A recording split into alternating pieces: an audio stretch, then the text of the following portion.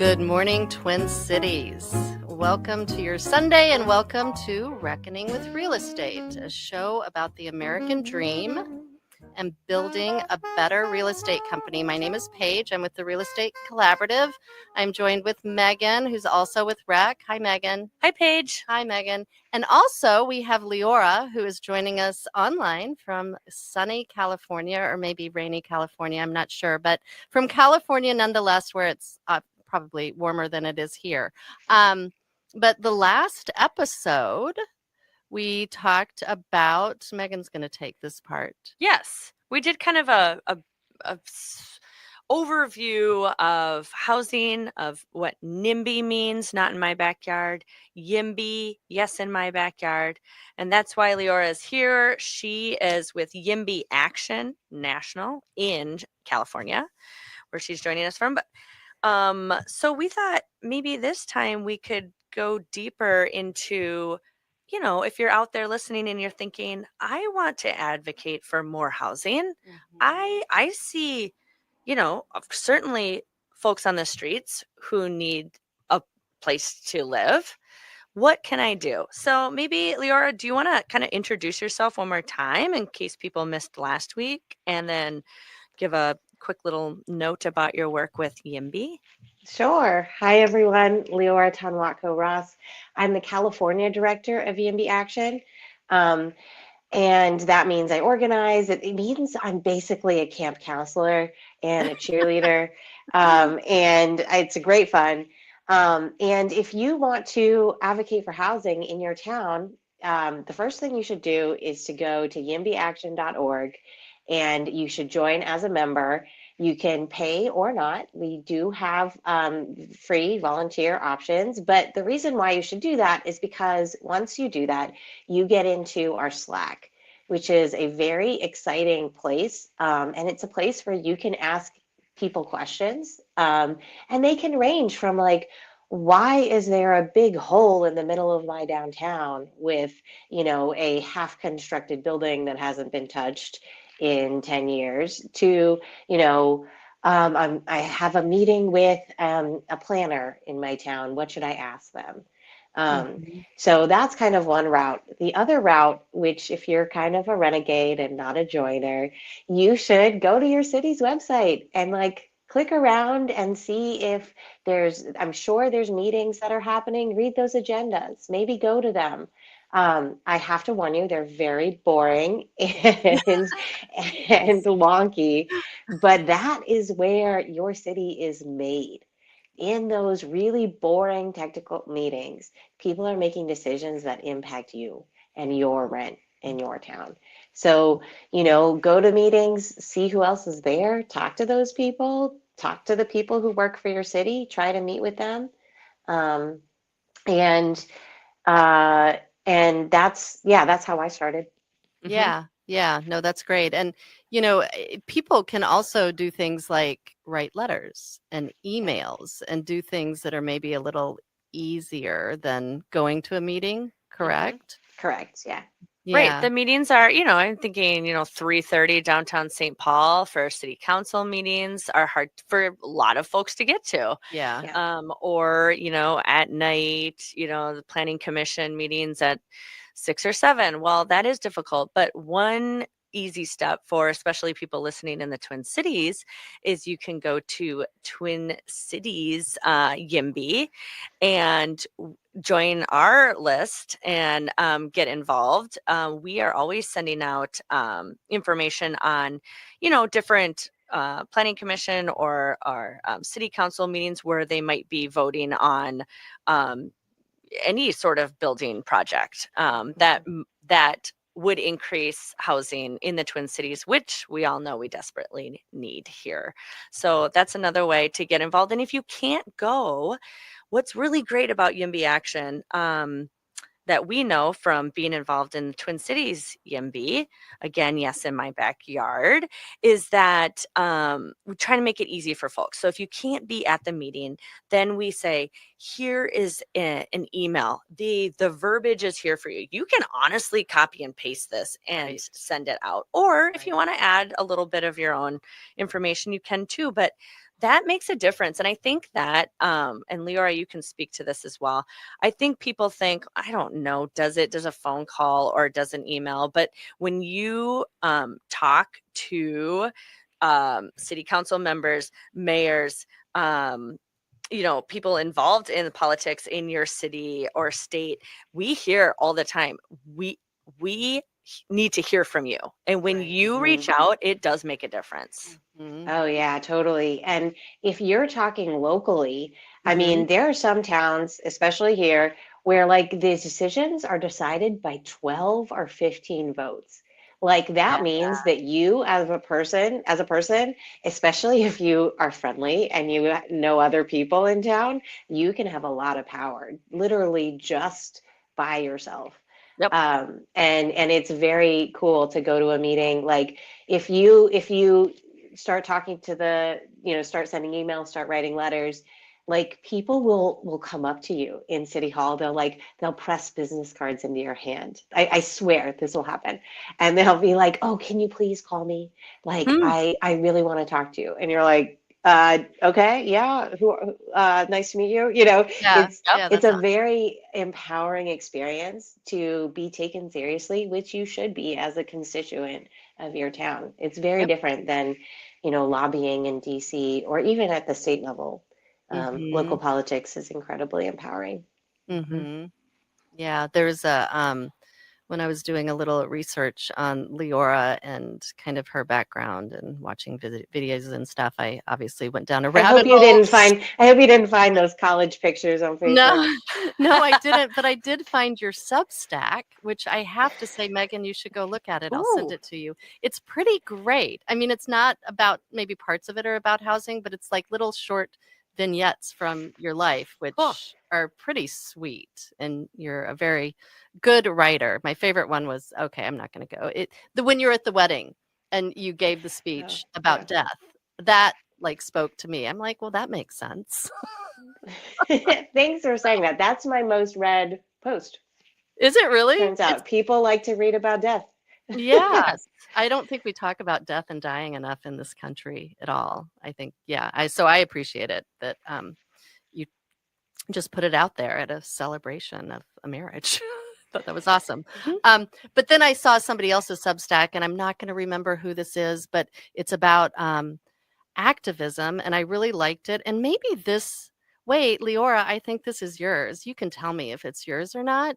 It's from a New York Times piece on puzzles and play. Play in general is the practice of seeking and causing mutually desirable sorts of trouble, said Brett Rothstein, a historian of play at Indiana University, Bloomington. When people take a political action, they are engaging in a kind of troublemaking, but it's actually play. We're playing together. It's much more fun if you approach it that way. I love that. Thank you I mean, that's how I try to approach it because, and this is interesting because I'm a professional agitator, right? And honestly, most of the time, the thing that agitates people is talking about how effed up something is, and I got really tired of that personally, to be honest, even though it gets the clicks. And that's why I have my Substack, is because I am always like trying to like like the explainer video genre where like someone is like, oh, this terrible thing is happening, let me explain to you why it's so bad. Like that's something that I have to do for my job sometimes. And when I have that lens for too long, it makes me sad. And I think there is this approach that I try to bring every single time I can, which is we have this ability to change our little worlds. And the best way to do that is to do it in a way that's really fun for you personally. Because if you're having fun, everyone around can tell, and they're like, what's that lady doing? I want to do that. And that is sort of an antidote to this, like, you get the text from the Democratic Party, right? Or like the emails, like it really has kind of gone the other way. And so I, as often as I can, try to to bring the positivity. And that's what YIMBY is. YIMBY is yes. Mhm. Like it is yes in a world of no. We are the Right. yes people. Well, and it's one of our favorite quotes at REC is, if you're not part of the solution, then you're part of the problem. Hmm. And so YIMBY is very solution oriented. Right. And I love the idea of, activism as an advocacy, as play. I mean, I'm at a city council meeting and I am so agitated. I'm pretty sure my blood pressure goes up like 20 or 30 points because just Right. it's hard for me. Absolutely. I've been there a million times. It's not Mhm. good for your health. No. And But Paige, how many bookmarks or like drink Matches. What do you have call you made? Have you knitted at those meetings? Oh, Angrily knitted. that's what I have to knit when I'm sitting through those meetings. 'Cause at and least that's what you have to do. Like Yes, maybe and I'll that's write a what I was Substack on saying. this. You can do that. Bring a book if Right. they're at a boring part, and you can do that. So I'm Right. just telling you, if Mhm. you have never been to one, you should go. It Yeah. really is fascinating. Try and like mark some time, and that's where you're absolutely right, Laura. That's where things happen, and there's not many people in that room. Mhm. Yeah. And I think especially now with how fractured and broken our Mhm. federal government is, it just feels like it's, several years ago, I thought the federal government was super sexy and interesting. I just don't anymore. I Mhm. mean, I think local government is kind of sexy and interesting. And to your point, that is where the change happens, Yep. at least the change that is important and affects your community and your neighborhood and kind of how you feel about being in the world. So that's a really good point. Yeah. And you can go and not say anything. Just, Oh, yeah. Yeah. you don't have Mhm. to just go check it out. Yeah, absolutely. So for the listeners out there, that is your homework over the next Yes. week or two. Go to a city council meeting. Oh, and you can also watch them online. Most of them have the CCTV or Yeah. whatever it's called. Is that And what if it's you're called? already involved, your homework is to do a little thing that makes it more fun for you, whether Yes. that's knitting during a meeting. So I secretly am working on a novel. Sometimes when I'm in these long meetings, I'm like, oh man, Nice. I'm That's gonna, awesome. give my character this sort of speech patterns that this council member who's been bloviating on for half I an love hour, right? I'm sort of just, and once I started to think that way, then I was like, oh, this meeting is not a waste of my time. It's Yep. research, so Yep. Character development. yeah, Well, they exactly. certainly are. I know lots of characters in the Yes. city council meeting on both sides Yep. and Yep. with the audience as well, generally speaking. Uh-huh.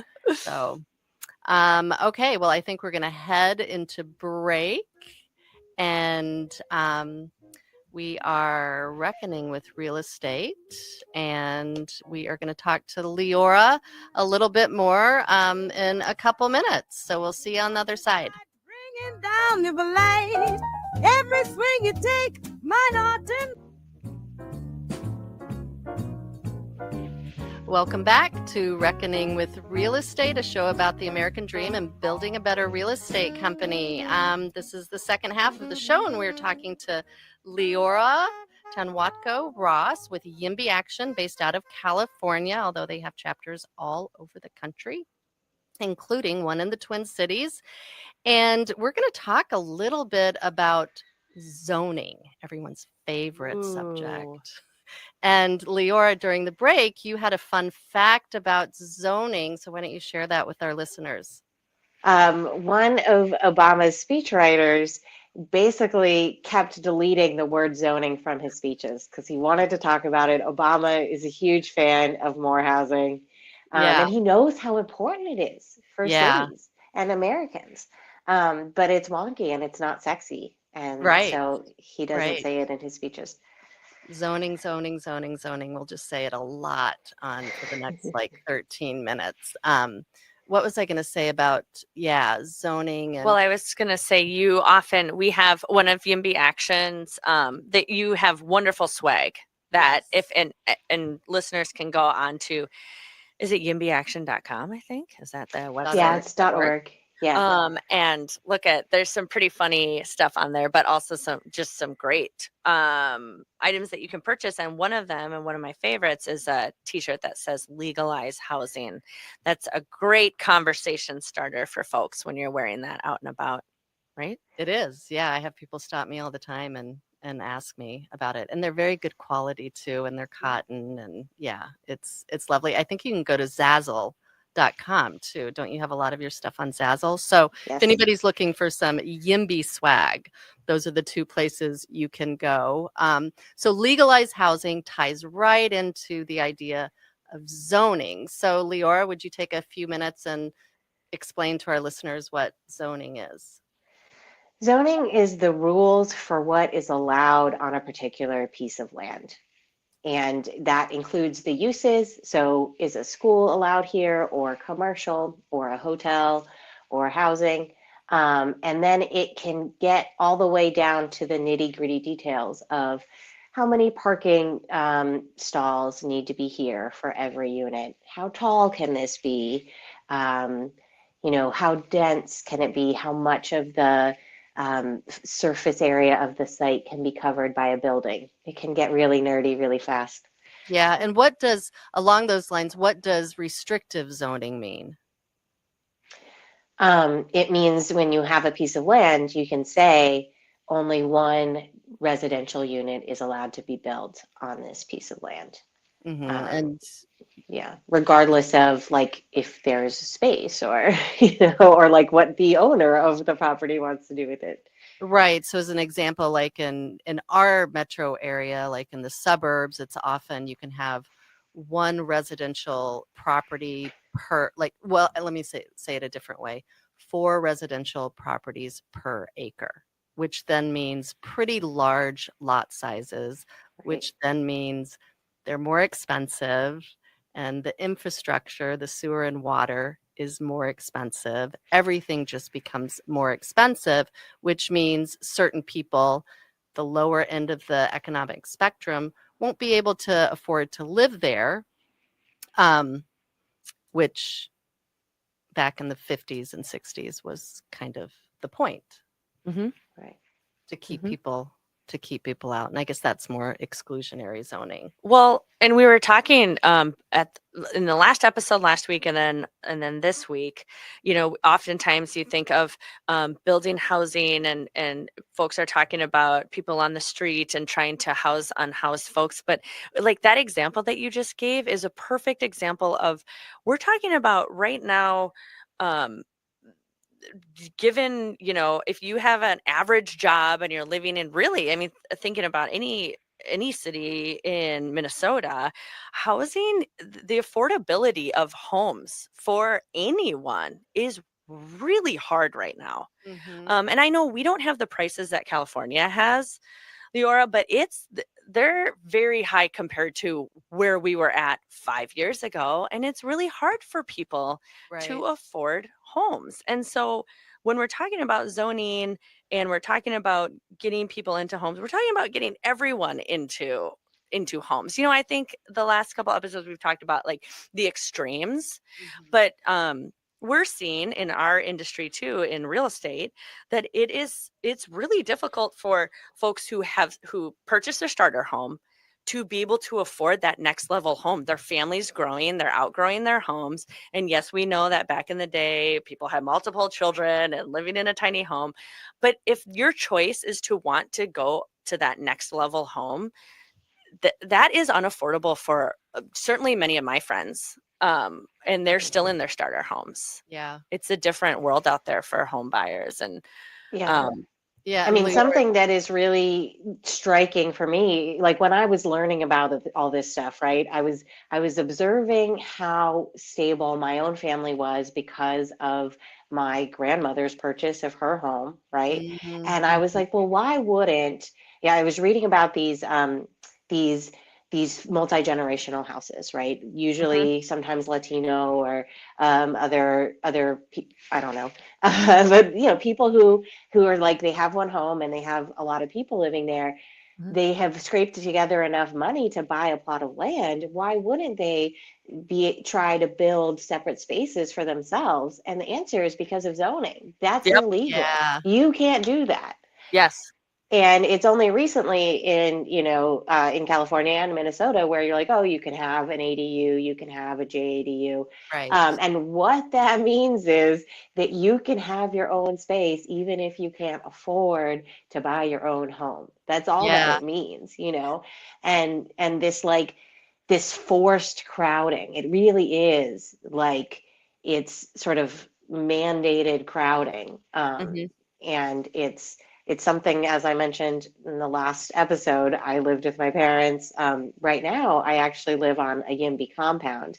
We have 4 units that the other A families and YIMBY I all, compound. yeah. Tell me more about that. That's so intriguing. A YIMBY compound. That's a new phrase for Mhm. me.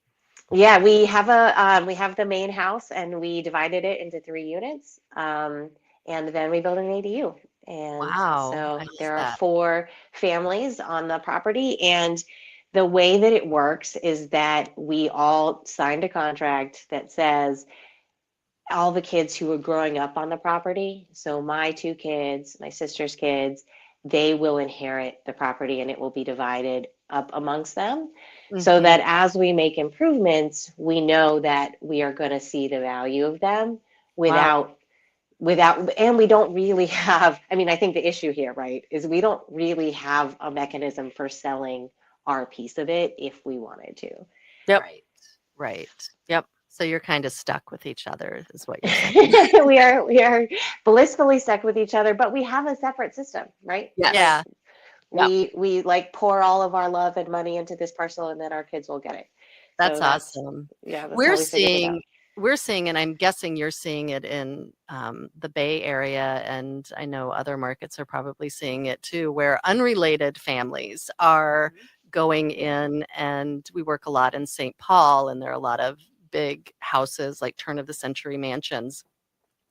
And we just recently sold one to 3 different families, and they bought the same house. And so it's not Wow. separated out necessarily into 3 separate apartments, but it's like Mhm.